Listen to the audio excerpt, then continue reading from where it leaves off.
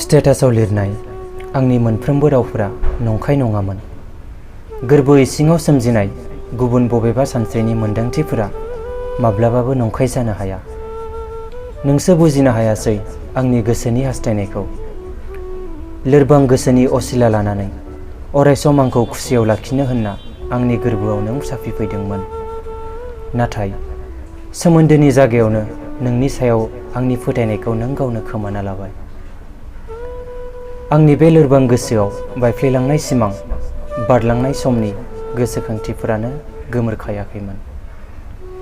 बे समावनो नों गोदान सिमां दिन्थिनानै दान्दिसेनि लाख'हायै गोजोननाय आंनि जिउआव लाबोना आंखौ खुसि खालामफैदोंमोन।